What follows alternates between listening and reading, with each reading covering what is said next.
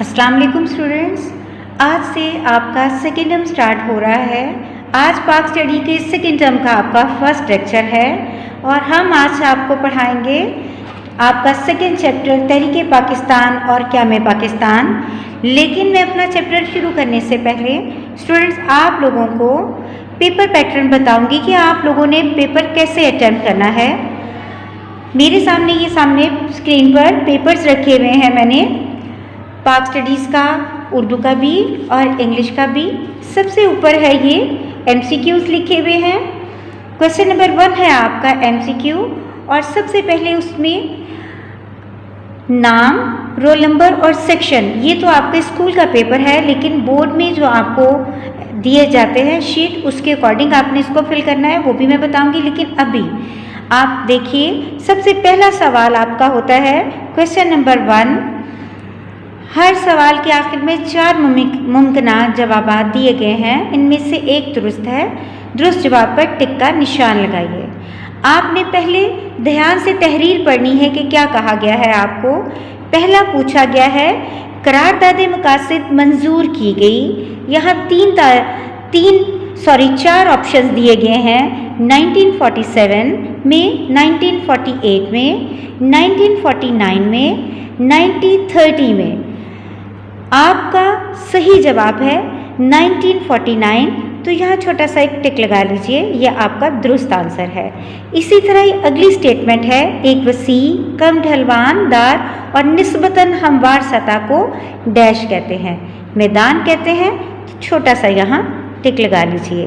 Third है आपका बरसगीर में डैश देसी रियासतें थीं। यहाँ 4 ऑप्शंस हैं, लेकिन जो सही जवाब है वो है 635 यानी 635, तो इसको आप टिक लगा लीजिए। इसी तरह ही 10 अब MCQs हैं, सबकी स्टेटमेंट पढ़िए और आंसर जो है उनको टिक लगाते जाइए। अब यहाँ आपने इसको सही जो आंसर हैं वो मार्क कर लिए हैं, तो फिर आपने बबल शीट कैसे फिल करनी है ये भी मैं आपको बता देती हूँ। ये हैं आपके सर्कल्स, इनको बहुत ध्यान से फिल करना है आपने। सबसे पहले आपने नंबर 1 को फिल करना है, तो बेटा फिंगर रखनी है नंबर 1 पे और आंसर सही आंसर है C, तो C को आपने सर्कल करना है इस तरह से। सर्कल मुकम्मल ब्लू कीजिए, छोटा सा डॉट लगाकर नहीं छोड़ना, इसे मुकम्मल फिल करना है आपने और बाहर भी ना हो। इसी तरह एक और सर्कल करके बता देती हूँ। आपका दूसरा जो है MCQ, उसका सही आंसर है B। 2 पर उंगली रख लीजिए, यानी MCQ नंबर 2 पर अपनी उंगली रखिए और आपका राइट आंसर है B, तो आपने B को सर्कल कर लेना है और अपना सर्कल जो है मुकम्मल फिल करना है, छोटा सा डॉट लगाकर नहीं छोड़ना और बाहर भी आपके इंक ना आए, और कोशिश कीजिए कि बॉल पॉइंट से ही इसको फिल कीजिए। इसी तरह ही थर्ड का आंसर है C। थर्ड पे फिंगर रखिए और थर्ड सर्कल को आपने इस तरह से फिल कर लेना है। इसी तरह से 1 से 10 MCQ दिए गए हैं, यानी 10 MCQs हैं आपके। 10 के 10 बबल्स आपने इसी तरह ही फिल करने हैं। सर्कल्स को यहाँ से आंसर लीजिए और बबल शीट पे जितने सर्कल्स दिए गए हैं उनको आपने फिल करना है। अक्सर और बेशतर ऐसा होता है कि बच्चे जो हैं सर्कल करते हुए थोड़ी सी बेहतियाती कर लेते हैं। जैसे आंसर C है और उन्होंने B को सर्कल कर दिया है, तो वो इसको क्रॉस कर देते हैं और उसी के आगे टूर दोबारा से लिखकर और आंसर B लिख देते हैं। ऐसा जो है वो गलत है और आपको इसके मार्क्स नहीं मिलते। ज़रा सी बेहतियाती करने से आप लोगों का एक नंबर जो है वो कट जाता है।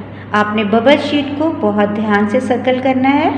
जैसे आपसे जो आपका आंसर है उसको देखें, जिस नंबर पर आप MCQ फिल कर रहे हैं, जैसे नंबर 3 है तो 3 पे फिंगर रख लें, उसी की रो में जो आंसर है C है, B है, जो भी है उसको सर्कल करें और फिर इत्मीनान करके कि सही लगा, सही आंसर मार्क हो गया है, तो फिर आप 4 पे आ जाइए। 4 का जो आंसर है वो देखिए, उसके अकॉर्डिंग इसको फिल कीजिए।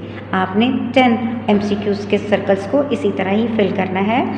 गलती हो जाने पे बच्चे एक और काम करते हैं कि ऊपर तो आप 10 सर्कल को फिल कर लेते हो और कहते हो कि सोचते हो कि ये गलत हो गया, तो नेक्स्ट 11 पे आप उसको दोबारा से मार्क कर देते हो, तो वो आपका गलत ही तस्वुर किया जाता है। आपने एक ही रो में जो काउंटिंग लिखी है 1 to 10 उसी रो में आंसर लिखना है और अपने सर्कल्स को उसी ही तरह फिल करना है जो आंसर के मुताबिक है। यानी सी आंसर है तो सी को सर्कल कीजिए, बी आंसर है तो बी को सर्कल कीजिए, अगर आंसर डी है तो डी को सर्कल कीजिए। अगर गलती हो गई इस दौरान तो आपका गलत हो गया है, आप उसको दोबारा से आगे कहीं किसी दूसरे सर्कल को फिल नहीं करेंगे। अब आ जाते हैं आपके इंशाइया के ऊपर। सब्जेक्टिव पेपर है ये मेरे हाथों में, ये देखिए आपको वीडियो में नज़र आ रहा होगा। क्वेश्चन नंबर 1 आपका ऑब्जेक्टिव था। क्वेश्चन नंबर 2 जो है आपका सब्जेक्टिव होगा। आपने सबसे पहले आंसर शीट को फिल करना है जो आपके दी गई है। नाम उम्मीदवार लिखा हुआ है, आपने अपना नाम लिखना है। उसके आगे रोल नंबर हिंसों में 1,33,002, उसके बाद लफ्ज़ों में 1,33,002 लिखकर, उसके बाद मजमून है आपका मुताला पाकिस्तान, पर्चा है आपका लाजमी, तारीख आपने उस दिन की लगानी है जिस दिन आपका पेपर होगा। तारीख के लिए मैंने नहीं लिखी क्योंकि आप लोगों ने तारीख उसी दिन की लिखनी है जिस दिन का आपका पेपर होगा। सपोज 4 तारीख का पेपर है तो यहाँ आप 4 तारीख लिखेंगे, अगर 5 है 10 है जो भी, और इम्तहान है आपके सालाना। यहाँ दस्तखत निगरान, तो बच्चों अपनी निगरान के इन्विजिलेटर जो है उसके साइन ज़रूर करवाइएगा, ये आपने लाजमी करवाना है। जहाँ लिखा हुआ है दस्तखत निगरान तो ये यहाँ आपके दस्तखत होना बेहद ज़रूरी है। अगर वो भूल गया है, आपके पेपर पे उसने साइन नहीं किए, तो आप उसे कहिए कि आप उसके कि वो आपके पेपर पर साइन करें। यह आपका हो गया कंप्लीट। इसके बाद ये जो चीज़ें हैं आपके लिए नहीं है, दस्तखत मुमतहिन और पड़ताल कुनिंदा, ये आपके लिए नहीं है। आ जाते हैं पेपर स्टार्ट करने की तरफ। सबसे पहले लिखिए इंशाइया तर्ज। क्वेश्चन नंबर लिखना है 2 आपने, ये लाजमी लिखना है आपने। क्वेश्चन नंबर 2 कर रहे हैं, इसके अंदर से आपने स्टेटमेंट पढ़िए। दर्जा झैल में से कोई से 6 सवालात के मुख्तसर जवाबात तहरीर करें। तो स्टूडेंट आप देखिए कि आपको यहाँ 9 सवाल दिए गए हैं, 9 में से आपने 6 सवाल जो हैं वो अटेम्प्ट करने हैं। सबसे पहले देखिए कि आपको कौन सा सवाल बहुत अच्छे से आता है, बहुत अच्छे तरीके से आप उसका आंसर लिख सकते हो। तो आप क्या करेंगे, ये देखिए पेज पे मैंने लिख दिया है। जैसे क्वेश्चन नंबर 9 आपसे पूछा गया है कि करारदाद पाकिस्तान कब और किसने पेश की, ये आपका क्वेश्चन नंबर 9 है। तो आपने रोमन काउंटिंग है ये आपकी, सबसे पहले आपने यहाँ 9 लिखना है ब्रैकेट में, और फिर इसी क्वेश्चन में से हेडिंग बना लीजिए करारदाद पाकिस्तान। कोई सीन कोई जीम नहीं लिखना, और मार्जिन के आपके राइट साइड आपने कुछ भी तहरीर नहीं करना। मार्जिन मैंने आपको शायद पहले भी बताया था कि खूबसूरती के लिए लगाया जाता है, यहाँ आप कुछ भी नहीं लिखेंगे, ठीक है। उसके बाद अब मैंने क्वेश्चन नंबर 9 सबसे पहले अटेम्प्ट किया क्योंकि इसका आंसर मुझे बहुत अच्छे से आता है, तो मैंने लिख दिया और उसके बाद करारदाद पाकिस्तान की हेडिंग बना दी। अब इसका आंसर कैसे तहरीर करना है, यहाँ कोई जीम नहीं लिखना, आप यहाँ से आंसर शुरू करेंगे। करारदाद पाकिस्तान 23 मार्च 1940 को पेश हुई और A.K. फजलुल हक ने इसको पेश किया, आप इसका आंसर लिख लेंगे, ठीक है। उसके बाद तीसरा सवाल मुझे बहुत अच्छे से आता है, तो मैंने तीसरे सवाल का नंबर लिख दिया। चौधरी रहमत अली के बारे में आप क्या जानते हैं। चौधरी रहमत अली ने 28 जनवरी 1933 को अपने एक रिसाले नाउ और नेवर में पाकिस्तान का नाम तजवीज़ किया, यानी पाकिस्तान का नाम तजवीज़ करने वाले चौधरी रहमत अली हैं। इस तरह से आप आंसर तहरीर करें और इसको मुकम्मल करने के बाद अब आप कोई और क्वेश्चन अटेम्प्ट करना चाहते हैं। जैसे क्वेश्चन नंबर 5 है, सिंध ताश मुआहदा कब और किसकी मदद से तय पाया। तो यहाँ फिर आप 5 लिखेंगे। अब ये ज़रूरी नहीं कि आप क्वेश्चन नंबर 9 3 से शुरू करें। अगर आपको क्वेश्चन नंबर 1 इल्लामा इकबाल ने मुस्लिम उम्मत की एहसास के हवाले से क्या फरमाया तो आपको बहुत अच्छे से आता है ये, तो यहाँ आप क्वेश्चन नंबर 1 की हेडिंग देते हैं, क्वेश्चन नंबर 1 लिखते हैं, सॉरी हेडिंग नहीं, क्वेश्चन नंबर 1 लिख दीजिए और इसके नीचे लिखिए इल्लामा इकबाल ने मुस्लिम मिलत की असास के हवाले से फरमाया। आगे जो फरमाया उसको आप आंसर लिख दीजिए। ये हो गया आपके 5 क्वेश्चन हो गए। अगर कोई 3-4 लाइंस आपकी इस पेज पे रह जाती हैं तो आप उसे छोड़ दें। मे बी ये मैं इस तरह से दिखाती हूँ आपको, अगर यहाँ तक आपके 5 क्वेश्चन हो गए हैं और 3-4 लाइंस हैं तो आपने इसे छोड़ देना है, क्योंकि अगर आपके पास वक्त बच जाता है और आपको कोई और एक्स्ट्रा क्वेश्चन आप करना चाहते हैं तो उसको लास्ट में बाद में आप लिख सकते हैं। और एक और इम्पॉर्टेंट बात आपको बतानी है, यहाँ जहाँ आपने नाम लिखा है वो जितनी लाइंस आपकी स्टेम्प में आती हैं उसको आपने क्रॉस कर देना है, यहाँ से आंसर नहीं लिखना, इसके नीचे से फिर मैंने मार्जिन भी वहीं से ड्रॉ किया है और यहाँ से आपने स्टार्ट करना है। ये हो गया आपका क्वेश्चन नंबर 2। अब देखिए नेक्स्ट पेज पे क्वेश्चन नंबर 3 भी स्टूडेंट्स आपने इसी तरह ही शुरू करना है। क्वेश्चन नंबर 3 नंबर ज़रूर लिखना है आपने कि आप क्वेश्चन नंबर 3 शुरू कर रहे हैं।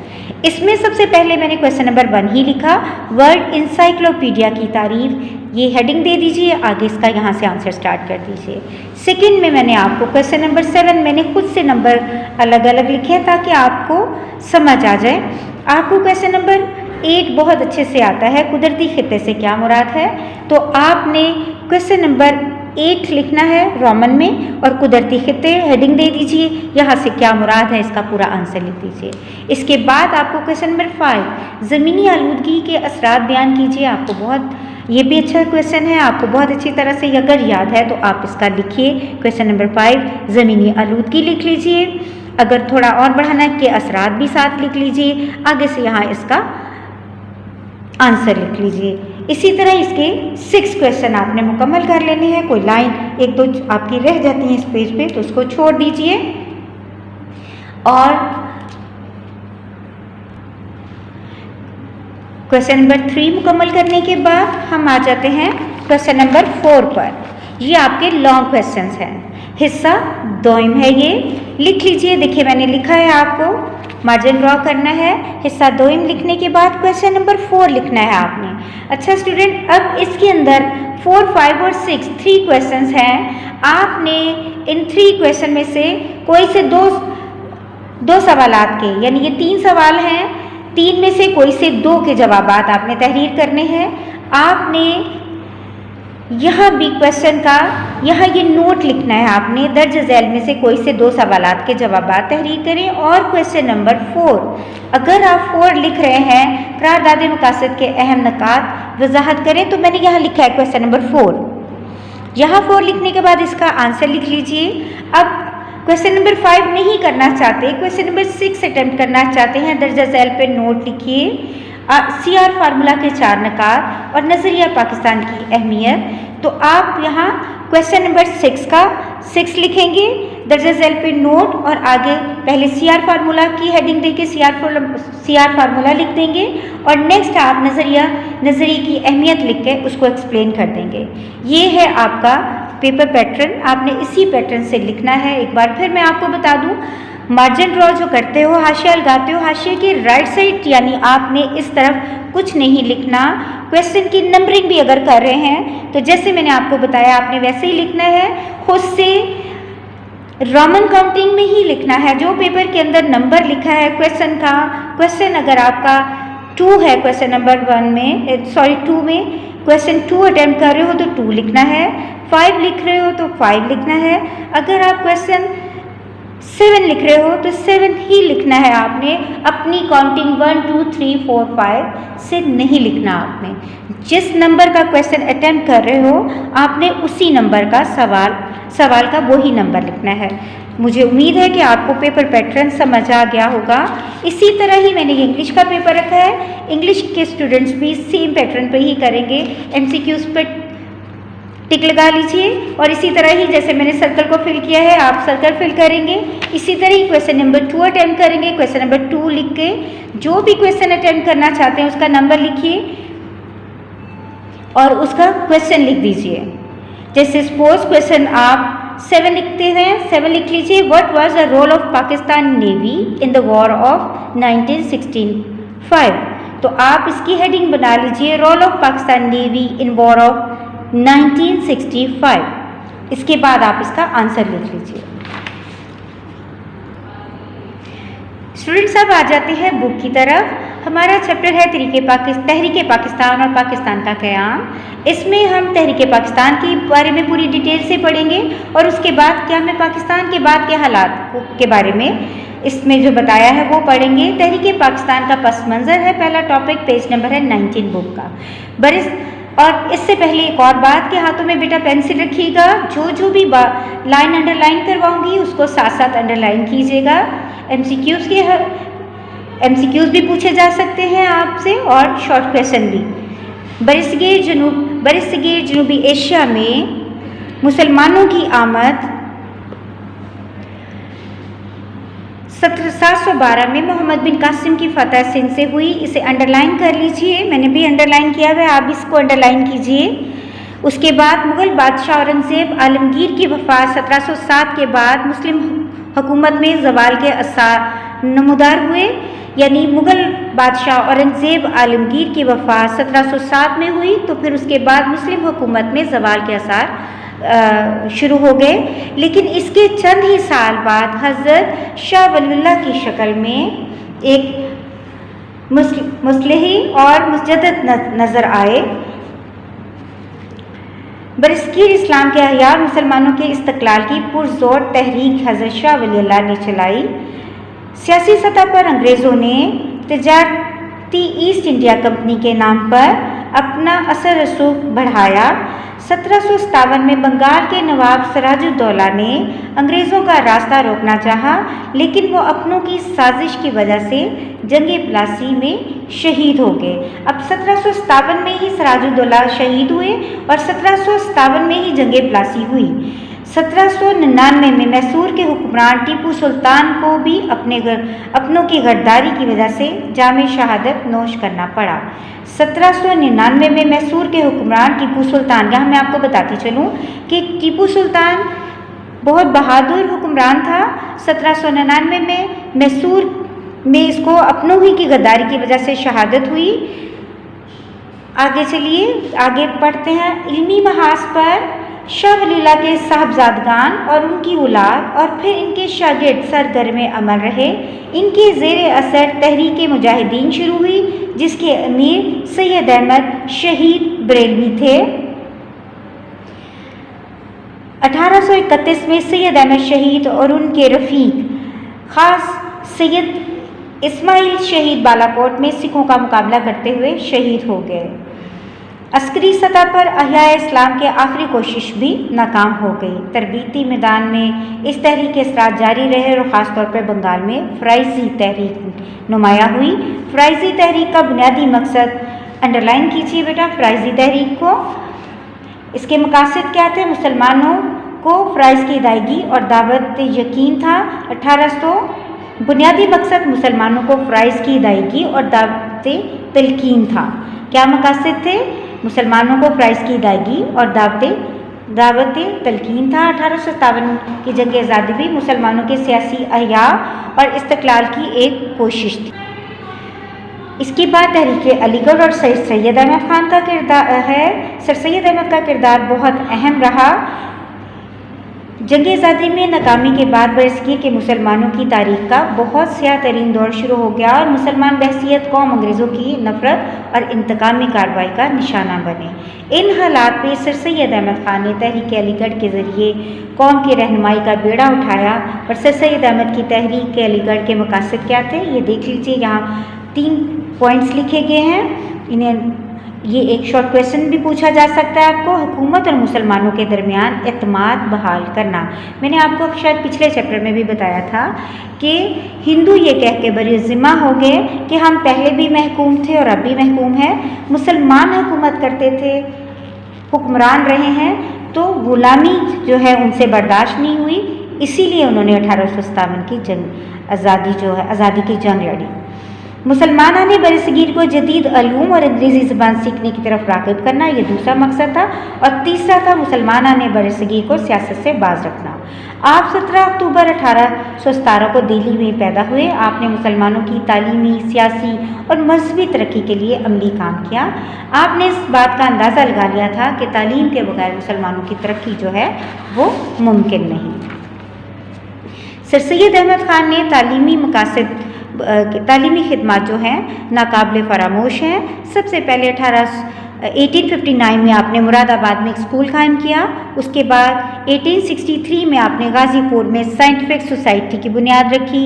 आपने 1875 यानी 1875 में अलीगढ़ में जो स्कूल कायम किया उसको 2 साल बाद यानी 1877 में कॉलेज और 1920 में यूनिवर्सिटी बन गया। 20वीं सदी के शुरू में मुसलमानों का पढ़ा लिखा तबका इसी तालीमी इदारे का तालीम याफ्ता था। रिसाला बगावते हिंद जो सर सैयद की अहम सियासी खिदमत अगर पूछी जाए तो वो क्या था? रिसाला असबाब बगावते हिंद था।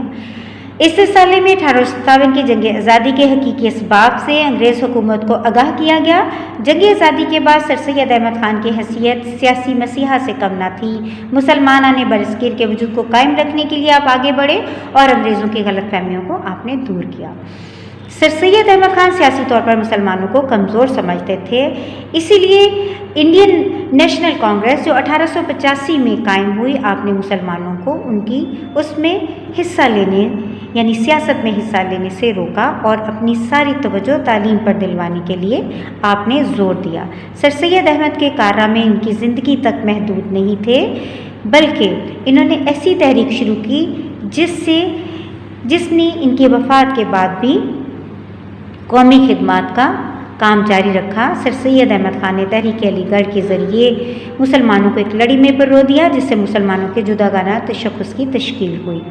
तकसीम बंगाल 1905 बरतानवी हिंद में बंगाल का सूबा आबादी और रकबे के लिहाज से दूसरे सूबों से बड़ा था।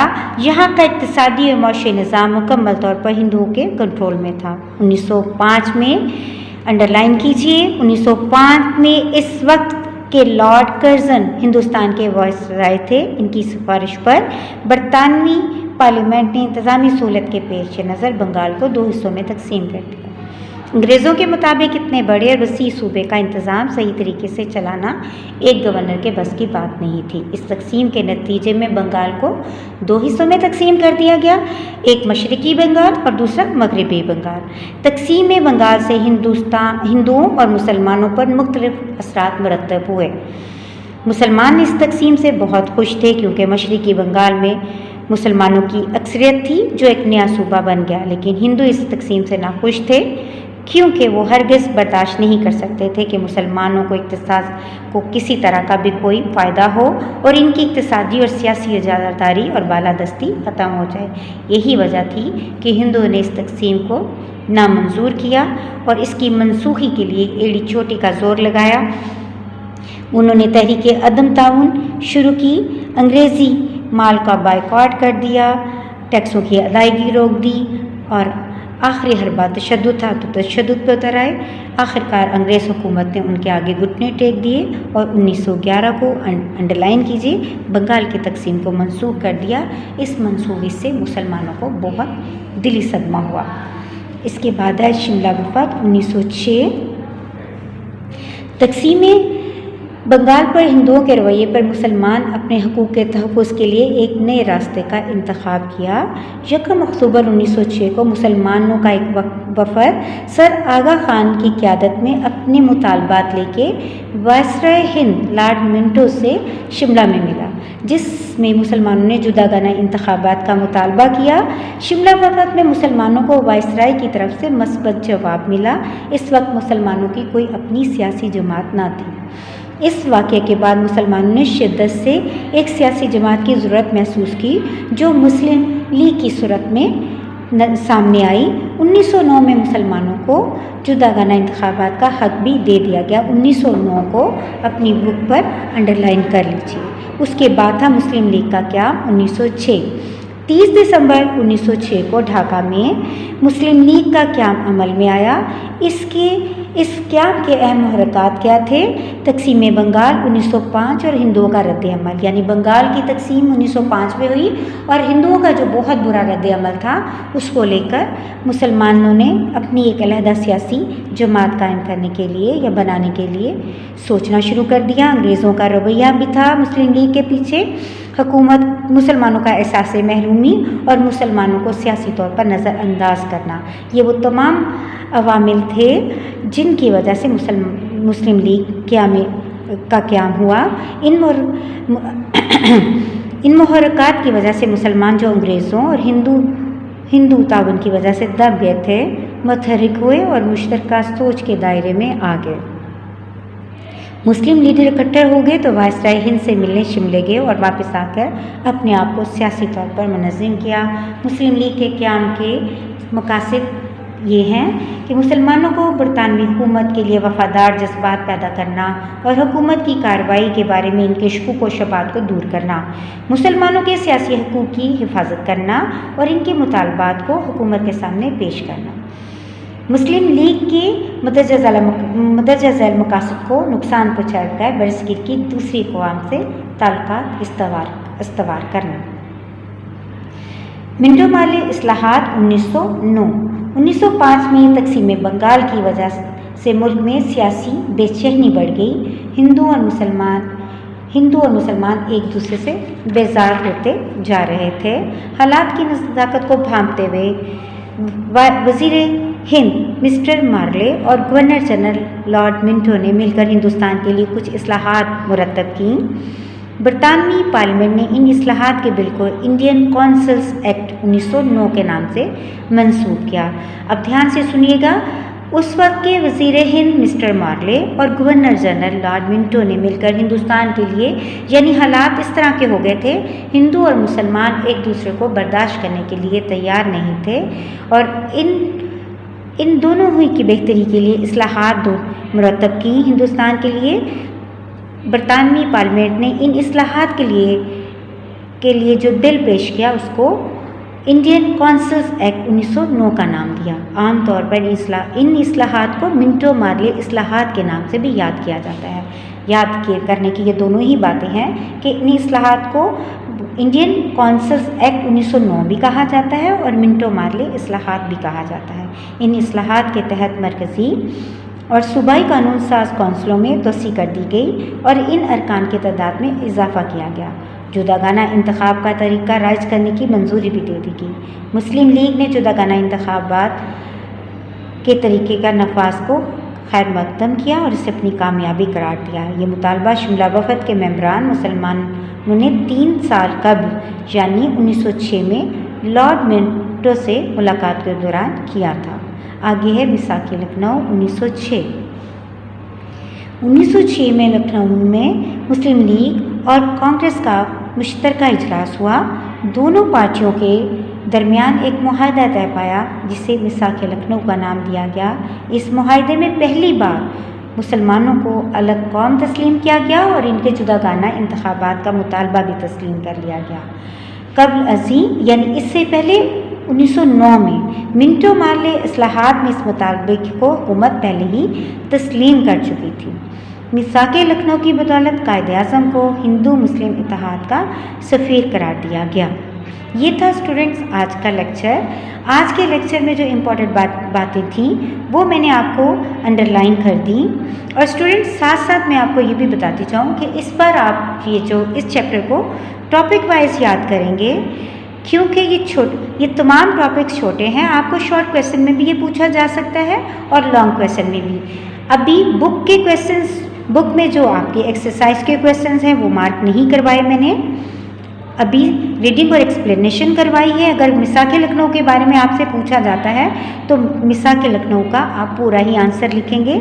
ये जो जैसे 1916 में ये मुआहदा हुआ, किन दो कौमों के दरमियान हुआ, हिंदू और मुसलमानों के दरमियान हुआ, इस तरह से आप इसका आंसर लिखेंगे।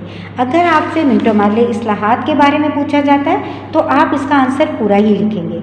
अगर आपसे मुस्लिम लीग के क़याम के बारे में पूछा जाता है कब हुआ तो आप बताएंगे 30 दिसंबर 1906 को हुआ।